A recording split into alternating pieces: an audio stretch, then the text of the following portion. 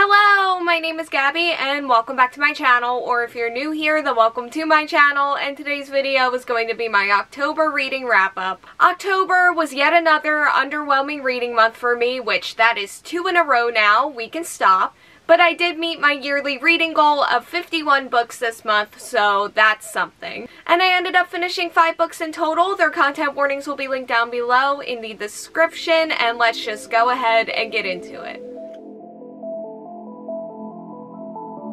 The first book that I finished in the month of October is Jujutsu Kaisen Thorny Road at Dawn, which is the sequel to Summer of Ashes, Autumn of Dust. Both of these are collections of stories that take place in the Jujutsu Kaisen world, and I did talk about this book a little bit when I talked about Summer of Ashes, Autumn of Dust in my September reading wrap-up, but this was definitely the book that made me appreciate what these light novels were doing. This one specifically, I thought, gave me really valuable insight into our characters and into their relationships, and I really needed that for one of the stories in here specifically, but the others I did enjoy just getting to see more of. And I also really loved a lot of the slice of life moments, like Summer of Ashes, Autumn of Dust. Did I love every moment? No. There were moments where I felt pretty bored, and when I was bored, I was bored. But those moments felt like they were a lot less frequent in this volume than they were in Summer of Ashes, Autumn of Dust. This is also just a series that I'm feeling really invested in right now, so that probably helped. And I ended up giving this book 4 out of 5 stars overall. Next up is You're Not Supposed to Die Tonight by Kaylnn Bayron. This follows our main character who plays the final girl in a full contact terror game where the guests pay to be scared. However, her role in the game becomes much more real when her co-workers begin to go missing, and she and her girlfriend need to find out exactly what the killer's motive is if they want to survive the night. I have some mixed feelings about this one. It was a quick read, and I really liked reading it in October specifically. Even if I don't think that the horror elements were the strongest, I didn't like the aesthetic that this book was going for when it comes to all of the villainy aspects. It felt both like something that I've seen before, but it also just didn't feel that scary at the same time. But I did like the lore. I liked a lot of the twists, and it's probably one of the more gory books that I've read, and I definitely think that that worked in this book's favor. And I also like the setting a lot as well, and our main character, but she was probably the only character because the rest just felt incredibly two-dimensional, which didn't help the horror aspect of this book either because I only really felt attached to one character. So there just wasn't much tension, and I don't really know how much there was to begin with. That all being said, I did think that this was a fun October read. If it got a movie, I would watch it and enjoy it because even though I have my complaints, I'm glad that I read it. It worked out for this month, and I gave it 3 out of 5 stars. Next up is The Last Tale of the Flower Bride by Roshani Chokshi. This follows a married couple where the wife, in exchange for her love, made her husband promise that he would never pry into her past, but when they are forced to return to her childhood home, he finds that he can no longer resist. This one kind of surprised me. Like, I don't know if I expected to get as invested in this book as I did going into it, and by invested, I mean fully 100% invested in almost everything that was happening. Like, even the parts of this book that I didn't prefer, like, I was there, I was with them. I thought Azur and Indigo specifically were incredibly interesting characters, and I wanted to know everything about their lives and their story, and I just loved reading it all get exposed and come to light. It was spooky, it was gothic, mysterious, toxic, dramatic, haunting, and also beautiful. I did think that the writing style was trying too hard at times, and I thought that it occasionally made things confusing, but otherwise it was pretty and lyrical and flowery, and I definitely think that it added positively to the story and just to the overall reading experience. And this book was definitely an experience. Like, it was a lot. It plays with and invokes fairy tales and stories and fantasy and combines it and even contrasts it with reality. And I do really appreciate how this book utilized all of that. I do think that there were elements of it that could have been stronger or just clarified more. And I also did not love the ending, but I loved almost everything else that came before it, so I gave it 4.5 out of 5 stars. Next up is Gods of Jade and Shadow by Silvia Moreno Garcia. This takes place during the Jazz Age and follows our main character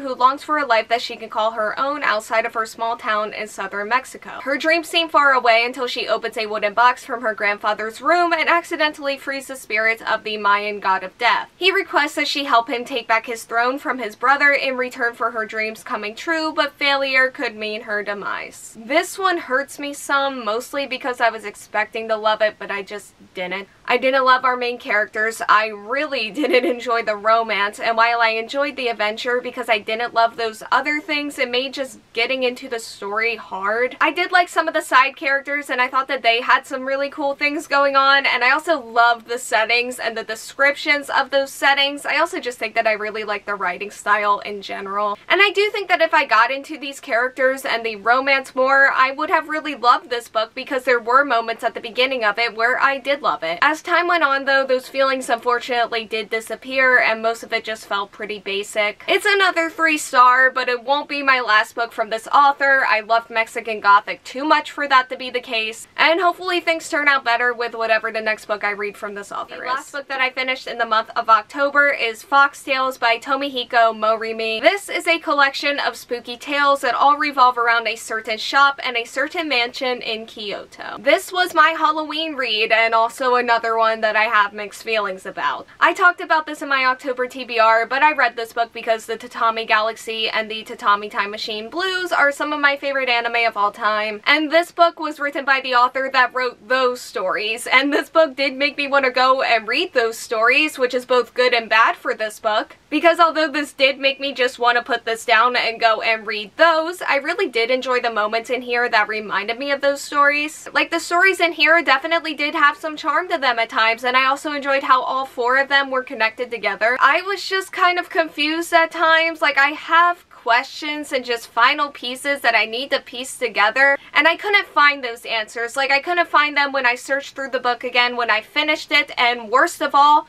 I couldn't find them when I googled them later. And while I do think that a lot of the side characters have personality and came to life, our main characters pretty much didn't at all, with a couple of exceptions here and there, which I don't always think was a bad thing for this book, and I also feel like it might have even been intentional. I don't know, they were bland and I noticed, but they also told the story, so I didn't mind it that much. And while these 4 stories did contain spooky moments, I think I was just expecting a little bit more, and some of that stems from that confusion that I mentioned, but the other part of it is just that my brain was too busy trying to piece everything together to be spooked, and some of the stories within these stories made me zone out and I had to reread, but otherwise I was pretty invested. The story has some really fun ideas, and I just wish that they were explained a little bit more. I also really love the descriptions of rain and water. Like, this was very atmospheric at times, and I really did like the setting and just this book's overall vibe. And again, some of that was just the familiarity from the Tatami Galaxy and the others, which helped this a lot. And I ended up giving Foxtales 3 out of 5 stars overall, and this was also book 51, so it'll always have that, I guess. So those are all of the books that I read in the month of October. My favorite read out of all of my reads was definitely The Last Tale of the Flower Bride. And with that, thank you all so much for watching. Like, comment, subscribe, hit the bell, and answer a question that'll be around here if you want to do that, and hopefully I will see you here next time. Bye!